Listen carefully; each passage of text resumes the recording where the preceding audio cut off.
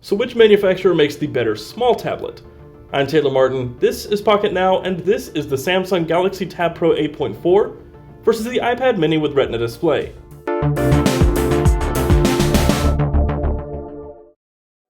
Samsung has been gunning for Apple in the tablet space since the launch of the very first iPad.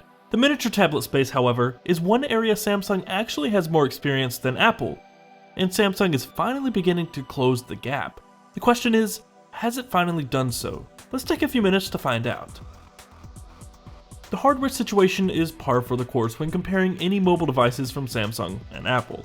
The iPad mini with Retina display, as we learned back in November, is a fantastically built miniature tablet. It's crafted of solid aluminum, with machine-drilled holes for the speakers at the bottom and a polished beveled trim around the front edge. It's a lesson in precision, simple, elegant design, and build quality that's obvious from the very first time you pick it up. The Galaxy Tab Pro 8.4 is a marked improvement over prior Galaxy Tabs.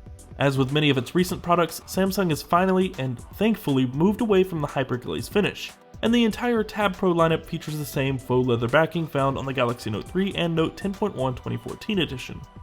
It also has a faux brushed metal trim along the edges, and it still utilizes the unique capacitive navigation buttons which flank a physical home button. Size and shape are quite different as well. The iPad mini measures 200mm tall, 134.7mm wide, and 7.5mm thick. The Tab Pro 8.4 is 19mm taller, yet 6.2mm narrower and 0.3mm thinner. Both Wi-Fi models are exactly the same weight, 331 grams.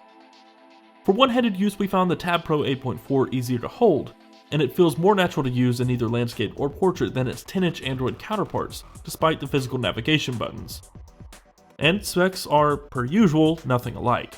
The iPad mini has only 1GB of RAM, 16 to 128GB of fixed storage, a 5MP rear camera, and a 1.2GHz dual-core Cyclone CPU, which makes up part of the Apple A7 SoC. The Galaxy Tab Pro 8.4 has twice the RAM, 16 or 32GB of fixed storage with a microSD card slot, an 8MP rear camera, and a 2.3GHz quad-core Crate 400 CPU with Adreno 330 GPU to make up the Snapdragon 800 SoC. The iPad mini ships with a fixed 23.8 Wh battery compared to the approximate 19.2 Wh battery inside the Tab Pro 8.4. We'll get to what all that amounts to in the test notes later. For now, let's focus on the best part of both of these tablets: the displays. The iPad mini's Retina display is a 7.9-inch IPS LCD panel with a pixel resolution of 2048 by 1536. That's a pixel density of 324 pixels per inch. It's incredibly sharp and gorgeous. However, we noted in our review that the colors seem slightly muted compared to the iPad Air's display, but it's still quite beautiful and balanced. The display on the Tab Pro 8.4 is also quite the spectacle. The super clear LCD panel measures 8.4 diagonal inches and bears a resolution of 2560 by 1600 pixels, a total density of 359 ppi. Both panels are gorgeous, with relatively deep blacks, great contrast, color reproduction, and sharpness. The iPad's display seems noticeably warmer, but Samsung appears to be boosting the saturation of colors to make the display appear more vibrant. Both displays are absolutely gorgeous in their own right. Holding both tablets side by side reveals a great disparity in the quality of the materials, but both are built exceptionally well. The iPad simply feels and looks more premium, more worth the $400 base price tag. But we're well aware price isn't based solely on look and feel, or even what's on the inside. Let's dig deeper and take a look at the software. The iPad mini software is something we're all familiar with by now.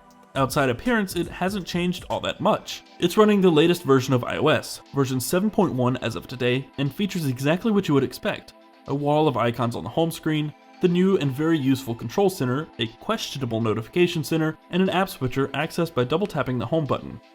Samsung's Galaxy Tab Pro lineup brings a newer look to TouchWiz with KitKat, and it's something we're not entirely sold on yet. For what it's worth, Samsung has seemingly gone to great lengths to improve the look of its software, something many users have been begging for, but it feels as if it's not entirely finished, as if people with opposing ideas designed it. The new magazine UX found on the home screen is very nice, and we like it a lot. The tile-based interface packs a ton of useful information on your home screens, but as soon as you jump into the Settings app, it's the same old tabbed interface, mixed with a pane view. It makes finding even the most simple settings much more difficult than it should be. It's not all bad when it comes to Samsung software though. It has seemingly trimmed down its smart offerings to Smart Stay, Smart Rotation, and Smart Pause, and this one comes with multi-user support. If nothing else, Samsung's devices are renowned for great simultasking thanks to the multi-window feature. In this version of TouchWiz, it's been even further improved. No longer do you long press the back button to access the panel, simply drag from the right edge of the display. We found this made it easier to activate, but in use it's almost exactly the same as before, and that's a good thing. Multitasking on the iPad isn't horrible though.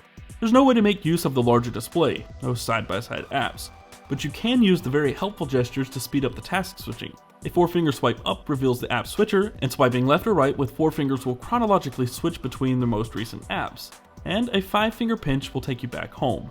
The iPad still has a broader application and game offering specifically for tablets, and that more than makes up for the lack of true multitasking. But the software ultimately comes down to preference. We find Android to be more utility productivity based, while iOS is better for social, communication, and entertainment. But at the very core, they're both capable of doing the exact same things. Saying one of these tablets performs better than the other is about like performing surgery with a pocket knife. There is no blanket answer. One is not markedly better than the other in any one area. In benchmarks, the two perform similarly, despite the 2 additional cores and much faster clock speed in the Tab Pro, and both handle gaming like champs. Web browsing, opening apps, and even task switching was comparable between the 2 tablets. They both perform exceptionally well, though we have noticed the occasional slowdown on the Tab Pro when flipping through home screens or over-encumbering it with the multi-window feature, something we hoped we wouldn't see with the Snapdragon 800. We haven't had the Tab Pro 8.4 quite long enough to fully test its battery capabilities, but its 19.2 Wh battery seems to hold up well so far. The iPad mini through months of use has typically only needed to be charged every 2 or more days depending on use. For a more in-depth look at the Tab Pro's battery, stay tuned for the full review. The speaker quality on either tablet won't blow you away. They're both pretty loud and also pretty tinny, though the iPad seems to provide a fuller sound. Both have 2 speaker grills on the bottom edge, which is particularly poor placement if you like to hold your tablet in landscape while playing games or viewing media. Your palms quite easily muffle the speakers, forcing you to either plug in headphones, hold the tablet in an uncomfortable way, or deal with muffled audio. If you're one for taking pictures with a tablet, you'll likely be satisfied with either option. They both have pretty decent image sensing chops, though the Galaxy Tab Pro 8.4's image sensor is a higher resolution, which typically results in sharper images. It seems Samsung is also boosting saturation here, and once again the iPad tends to err on the warmer side. Honestly, we give the Tab Pro 8.4 a slight edge thanks to slightly better pictures, but as little as most will use a tablet to seriously take pictures, it's negligible. In all, both are extremely solid tablets, and we couldn't think of a closer comparison. The iPad mini tends to perform more consistently while the Tab Pro 8.4 hangs and stutters occasionally on the home screen. The tablet app offering is still stronger on iOS than on Android, though the situation is constantly improving on both platforms and most of the same apps are available on both OSs. On design alone, the iPad mini takes the cake, but looks are often deceiving and such is the case here. The Galaxy Tab Pro 8.4 starting at $399 offers more bang for your buck. We actually prefer the size and shape of the Tab Pro 8.4, and the ability to run 2 applications side by side is a feature sorely missing from iOS. Frankly though, you can't go wrong with either tablet. Thanks for watching everyone. If you enjoyed this video, be sure to click the thumbs up button below and subscribe to the channel to see more videos in the future, as well as more Galaxy Tab Pro 8.4 coverage in the coming weeks. Be sure to follow us in all the usual places, Twitter, Facebook, and Google Plus at Pocketnow.